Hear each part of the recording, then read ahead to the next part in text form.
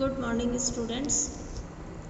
Drawing and painting की BA part second year की class में आज एक बार फिर से आपका स्वागत है। जैसा कि पिछले वीडियो में मैंने आपको प्रागैतिहासिक काल के बारे में कुछ जानकारियाँ दी थी,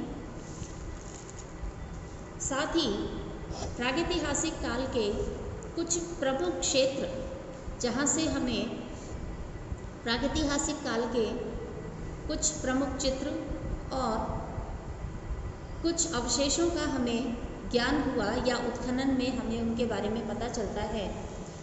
उन सभी क्षेत्रों के कुछ क्षेत्रों के बारे में मैंने आप सभी को ज्ञान बताया था, जिसमें एक बार मैं फिर से दोहरा देती हूँ। जिसमें पहला क्षेत्र था विलासरंगम, दूसरा बेलारी, तीसरा वायनाड के इटकल, चौथा हरनीहरन, पांचवा था विंध्याचल पर्वत की कैमूर श्रेणी की चित्रकला, छठा क्षेत्र था सिंघनपुर। ये 6 क्षेत्र मैंने इन 6 क्षेत्रों के प्रागैतिहासिक काल की कला और वहाँ से संबंधित मैंने आपको जो भी अवशेष प्राप्त हुए थे उन सभी के बारे में मैंने बताया था। आज हम आगे के क्षेत्रों में या कुछ और क्षेत्रों के बारे में जानेंगे, जिसमें अगला आता है मिर्ज़ापुर। मिर्ज़ापुर उत्तर प्रदेश के अंतर्गत आता है। यह विंध्याचल पर्वत पर की कैमूर श्रृंखलाओं में स्थित मिर्ज़ापुर जिले में लगभग 100 से अधिक चित्रित गुफाएं तथा शिलाश्रय प्राप्त हुए थे। यहाँ पर गैंडा, सांवर, हिरन, सूअर तथा बारहसिंगा आदि ऐसे कई जंगली जानवर या पशु हैं जिनके यहाँ पर चित्र बनाए गए हैं। यहीं पर एक स्थान पर एक गुफा के बाहर उसके सुसज्जित द्वार पर एक चोंचदार पुरुष बैठा है, जिसे देखकर हमें ये ज्ञान होता है कि यह एक तंत्र मंत्रशाला है। और इस क्षेत्र में लगभग अधिकांशतः चित्र गेरू, हिरोंजी और कोयले आदि से बनाए गए हैं और इनका समय लगभग 5000 ईसा पूर्व के अंतर्गत का माना गया है। इसके बाद आता है अगला क्षेत्र मणिकापुर। यह भी उत्तर प्रदेश में ही आता है। यहाँ पर और उसके लगभग निकटवर्ती क्षेत्रों में कुछ खुले स्थानों पर गेरू से बनाए गए कुछ चित्र प्राप्त होते हैं। यहीं पर एक चित्र प्राप्त होता है जिसमें एक पहिए रहित गाड़ी है, यानी एक ऐसी गाड़ी है जिसमें पहिया नहीं है, बिना पहिए की गाड़ी है, और साथ ही 3 घोड़ों का भी यहाँ पर अंकन प्राप्त होता है। यह स्थान उत्तर प्रदेश के बांदा जिले में आता है। यहाँ पर तीर कमान लिए हुए घुड़सवार चित्रित हैं। यहीं पर करिया कुंड एक स्थान है जिसका नाम है करिया कुंड। यहाँ पर धनुर्धारियों के एक दल को एक बारहसिंगा का पीछा करते हुए चित्रित किया गया है। अगला क्षेत्र है पचमढ़ी। यह स्थान मध्य प्रदेश में आता है।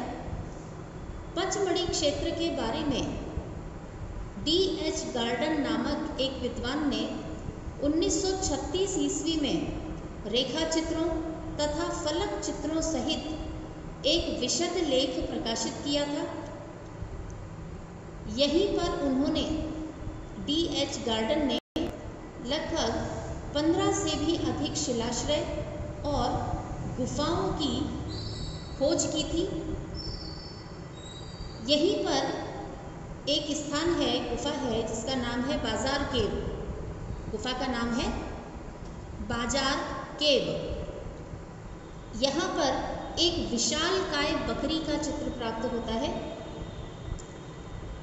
पंचमढ़ी से प्राप्त जो हमें चित्र प्राप्त होते हैं, इन्हें 3 स्तर पर बांटा गया है, यानी उन चित्रों का विभाजन 3 भागों में या 3 स्तरों पर किया जाता है। उनकी 3 कैटेगरीज उनकी बनाई गई हैं, जिसमें पहला स्तर है जिसमें तख्तीनुमा और डमरूनुमा मानवाकृतियों को बनाया गया है।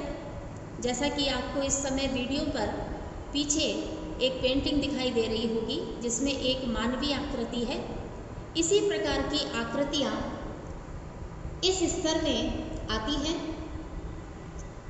यही और उन आकृतियों में लहरदार रेखाओं से शारीरिक गठन का बोध कराने का प्रयास किया गया है। यहाँ पर लाल और पीले रंगों की अधिकता है, यानी इस स्तर में जो पहला स्तर बांटा गया है प्रागैतिहासिक काल में पचमढ़ी स्थान से प्राप्त हुए चित्रों का, उसमें लाल और पीले रंगों से चित्र अधिक बनाए गए हैं। इसके बाद दूसरा स्तर आता है। इस स्तर में हाथ पैरों वाली बेडौल ओजपूर्ण आकृतियों का निर्माण किया गया है। इनमें उनका अहेरिया रूप, अहेरिया अर्थात शिकारी, अहेरिया का अर्थ है शिकारी। इन चित्रों में उनका अहेरिया यानी शिकारी रूप हमें दिखाई देता है। इसके बाद तीसरा स्तर आता है। तीसरे स्तर में स्वाभाविकता की ओर आदि मानव का झुकाव अधिक प्रकट होता है। इस स्तर में जो प्रागैतिहासिक काल के मानव ने जो चित्र बनाए, उन चित्रों में आखेट के लिए प्रस्थान करते हुए यानी आखेट के लिए जाते हुए, शहद इकट्ठा करते हुए मनुष्य, घुड़सवार योद्धा, शस्त्रधारी सैनिक, साथ ही वाद्य यंत्रों को बजाते हुए वादक तथा घरेलू जीवन से संबंधित अन्य कई विषयों के चित्रों को यहाँ पर गुफाओं की दरियों और दीवारों पर अंकित किया गया है। ये था पचमढ़ी स्थान, जिसमें 3 स्तरों पे चित्रों को बांटा गया, जो कि मैंने अभी आपको बताया। इसके बाद अगला क्षेत्र आता है होशंगाबाद। होशंगाबाद यह स्थान भी मध्य प्रदेश में ही आता है। यह नगर पचमढ़ी से लगभग 45 मील की दूरी पर नर्मदा नदी पर स्थित है। इस नगर में इटारसी जाने वाले कोटर मार्ग पर 2.5-3 मील की दूरी पर आदमगढ़ पहाड़ी है। इसी पहाड़ी में लगभग 1 दर्जन यानी 12 से भी अधिक शिलाश्रय प्राप्त हुए हैं, जिनमें हाथी, महिष, घोड़े, सांवर, जिराफ समूह, अस्त्ररोही, अश्वारोही और 4 धनुर्धारी आदि सभी का क्षेपांकन पद्धति से अंकन किया गया है। क्षेपांकन पद्धति, जैसा कि मैंने पिछले वीडियो में बताया था कि क्षेपांकन पद्धति का अर्थ है छाप के बनाना। इसकी प्रक्रिया मैंने आपको पिछले वीडियो में बता दी थी, जो कि आप उन्हें देख सकते हैं, सुन सकते हैं। अगला क्षेत्र है भोपाल क्षेत्र। भोपाल क्षेत्र में धर्मपुरी नामक एक स्थान पर एक शिलाश्रय से प्राप्त गेरुए रंग से अंकित एक हिरण के आखेट का रहस्यमय चित्रण प्राप्त हुआ है। इस चित्र में शिकारी का शरीर पैरों तक पत्तियों से ढका हुआ होने के कारण भ्रमवश एक हिरण उसके समीप आ जाता है, जिसका चित्रण यहाँ पर किया हुआ हमें मिलता है। इसके बाद अगला क्षेत्र है बांदा। बांदा क्षेत्र में सरहद, मलवा, करियाकुंड, अम्बा, उत्तदन, चित्रकूट आदि स्थानों में कई शिलाश्रय तथा चित्रित गुफाएं प्राप्त हुई हैं, जो कि उत्तर प्रदेश में है। 13वां क्षेत्र यानी अगला क्षेत्र आता है ग्वालियर क्षेत्र। यहाँ पर शिवपुरी और फतेहपुर सीकरी से भी प्रागैतिहासिक काल के चित्रों के उदाहरण हमें प्राप्त होते हैं। अगला क्षेत्र है बिहार। यहाँ पर चक्रधरपुर नामक ग्राम में आदिम चित्रकला के कुछ उदाहरण हमें प्राप्त होते हैं। यहाँ पर एक चित्र में एक आदमी लेटा हुआ है और कुछ आदमी उसके पास बैठे हुए चित्रित किए गए हैं। अगला क्षेत्र है मंदसौर। मंदसौर इस जिले में मोरी नामक गांव में, गांव का नाम है मोरी, मोरी नामक गांव में गुफा चित्र प्राप्त हुए हैं। यहाँ पर 30 खोहे प्राप्त हुए हैं। खोहे मतलब जैसे हमारे घरों में दीवारों में कोई आले या ताक होते हैं, उसी प्रकार के कुछ खोहे यानी कुछ पैनल्स बनाए गए हैं, जिनमें सूर्य, कमल, स्वास्तिक आदि प्रतीक चिन्ह हमें यहाँ से प्राप्त होते हैं। यहीं पर देहाती बांस की गाड़ियाँ भी चित्रित की गई हैं। यहाँ पर साथ ही कई अन्य पशुओं का नृत्यरत मानव यानी नृत्य करते हुए मानव और ग्वाले पशुओं को हाँकते हुए भी दिखाए गए हैं, बनाए गए हैं। अगला क्षेत्र आता है भीमबेटका, जो कि बहुत ही प्रमुख क्षेत्र है, प्रागैतिहासिक काल का प्रमुख क्षेत्र है। मध्य प्रदेश की राजधानी भोपाल से लगभग 40 किलोमीटर दक्षिण में भीमबेटका नामक एक पहाड़ी में लगभग 600 प्राचीन गुफाएं प्राप्त हुई हैं। इन गुफाओं से कई प्रस्तर सामग्रियां भी प्राप्त हुई हैं। यहाँ पर लगभग 275 गुफाओं में प्रागैतिहासिक काल के चित्रों के अवशेष भी प्राप्त हुए हैं। यहाँ पर हिरण, बारहसिंगा, सूअर, रीछ, भैंसे आदि जानवरों के, जंगली पशुओं के चित्रण हमें यहाँ पर दिखाई देता है। परवर्ती चित्रों में आखेटक, कृषक, ग्वाले आदि भी चित्रित मिलते हैं। भीमबेटका गुफाओं की खोज का श्रेय यदि हम कहें कि किसे जाता है, तो उज्जैन विश्वविद्यालय जो कि मध्य प्रदेश में है, वहाँ के प्रोफेसर वाकणकर को इसका श्रेय जाता है, जिन्होंने इन गुफाओं की खोज की थी, प्रोफेसर वाकणकर।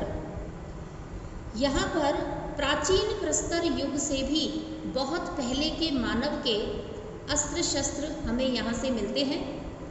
प्राचीन आदिम चित्रों के 2 स्तर स्पष्ट किए जाते हैं, यानी प्रागैतिहासिक काल के चित्रों को 2 स्तर में विभाजित किया जाता है, जिसमें पहले स्तर में हिरण, बारहसिंगा, सूअर, रीछ, भैंसे आदि जंगली पशुओं को या जानवरों को स्वतंत्र रूप से दिखाया गया है, और दूसरे स्तर में आदि मानव को या मानव को जानवरों के साथ अंतरंग मित्र के रूप में दिखाया गया है, यानी उन्हें पशुओं के साथ में भी दिखाया गया है।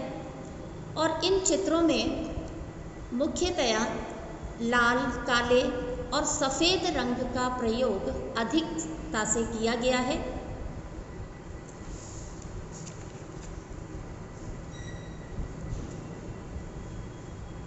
इसके बाद विशेषताएं आती हैं, प्रागैतिहासिक काल के चित्रों की विशेषताएं। प्रागैतिहासिक काल के चित्रों के समस्त उदाहरण यदि हम ध्यान से देखें तो लाल, काले या पीले और सफ़ेद रंगों से बने हुए हमें मिलते हैं। ये चित्र चट्टानों की दीवारों, गुफाओं के फर्शों, भित्तियों और छतों पर भी बनाए गए हैं। कई चित्र प्रस्तर शिलाओं पर भी प्राप्त हुए हैं। चट्टानों की खुरदरी दीवारों पर लाल, गेरू या हिरौंजी, काले जो कि लाल रंग किससे बना है? गेरू या हिरौंजी से। काला रंग जो कि कोयला, काजल या किसी प्रकार की कालिक से बनाया गया। सफ़ेद रंग जो कि खड़िया से बनाया गया। इन सभी रंगों को पशुओं की चर्बी में मिलाकर ये चित्र बनाए गए हैं।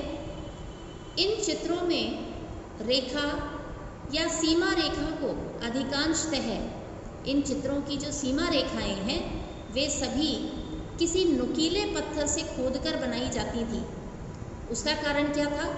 उसका कारण ये था जिससे कि ये चित्र या इनकी सीमा रेखाएं अधिक स्थायित्व लिए रहें, अधिक लंबे समय तक रहें, जिससे कि जो चित्र खुले स्थानों पर बनाए गए या गुफाओं में बनाए गए जहाँ पर पानी आने की, बरसात के पानी की आने की आशंका रहती थी, उनसे वो चित्र धुल ना जाएं या नष्ट ना हो जाएं और स्थायी बने रहें। इसलिए किसी नुकीले पत्थर से इन्हें खोद करके बनाया जाता था।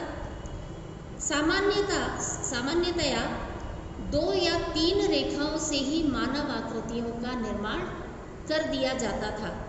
प्रागैतिहासिक काल के चित्रों में बनी हुई यदि हम मानव आकृतियों को देखें तो 2 से 4 रेखाओं से ज़्यादा मानव आकृतियों को बनाने के लिए रेखाओं का प्रयोग नहीं किया गया। कम से कम रेखाओं के प्रयोग से ही ये आकृतियाँ बनाई गई हैं। कभी कभी चौखूटे धड़ से मनुष्य आकृतियाँ बनाई गई हैं, जिसमें कभी तिरछी और कभी पड़ी हुई रेखाएं बना दी गई हैं। साथ ही यदि हम प्रागैतिहासिक काल के चित्र जो कि हम देखें तो हम ये ध्यान से देखें तो हमें पता चलता है कि प्रागैतिहासिक काल के जो चित्र बनाए गए प्रागैतिहासिक मानव के द्वारा वे यथार्थता लिए हुए नहीं हैं, यानी जैसे होते हैं जो रियलिस्टिक होता है वैसा नहीं है।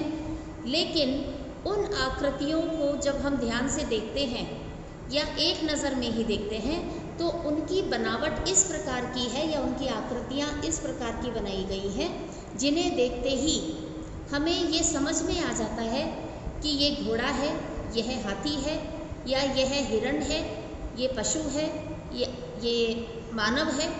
यानी उन चित्रों की पहचान हमें एक ही नज़र में यानी उनको देखते ही समझ में आ जाता है कि वह चित्र किसका बनाया हुआ है, जो कि एक बहुत ही विशेषता है इन चित्रों की। साथ ही यदि हम रंगों की बात करें तो इन चित्रों में, प्रागैतिहासिक चित्रों में जो रंग लिए गए हैं वे प्राकृतिक या रासायनिक रंग भी लिए गए। प्रारंभ में प्राकृतिक या खनिज रंगों का ही प्रयोग किया गया, बाद में कुछ रासायनिक रंगों का भी प्रयोग किया गया। यदि आकृतियों की बात करें तो यहाँ पर ज्यामितिक आकारों का अधिक प्रयोग किया गया है जिससे कि चित्र सरलता से बनाए जाएं, जैसे कि त्रिभुज है, चतुष्कोण है, वृत्त है। इस प्रकार की आकृतियों से ये चित्र सरल करके या उन चित्रों का सरलीकरण करके ये चित्र बनाए गए हैं। और इन चित्रों में रेखाओं का प्रयोग सबसे अधिक है, जैसे कि मैंने आपको पूर्व में फर्स्ट ईयर में भी बताया था जब हमने आदिम कला पढ़ी थी कि प्रागैतिहासिक काल या आदिम युग की कला को यदि हम रेखाओं की कला कहें तो इसमें कोई अतिशयोक्ति नहीं होगी या इसमें कोई डाउट नहीं है, क्योंकि यदि हम ये बात करें कि रेखाओं का सबसे ज़्यादा प्रचलन या चलन हमें किस कला में मिलता है तो वह आदिम कला ही है। ये आदिम कला या प्रागैतिहासिक कला जो है इसमें रेखाओं का सबसे ज़्यादा भरपूर भंडारण हमें यहीं मिलता है। सबसे ज़्यादा प्रयोग तरह तरह की रेखाओं का हमें प्रयोग यहीं मिलता है जो कि बहुत ही सुंदरता से बनाई गई हैं। इसके बाद यदि हम ये देखें कि जो आकृतियाँ हैं उनका प्रयोग सांकेतिक रूप में भी है और प्रतीकों के माध्यम से भी लिया गया है। इसके बाद आज के लिए बस इतना ही। प्रमुख विशेषताओं का वर्णन और उनका ज्ञान हम अपने अगले वीडियो में प्राप्त करेंगे। आज के लिए बस इतना ही। धन्यवाद।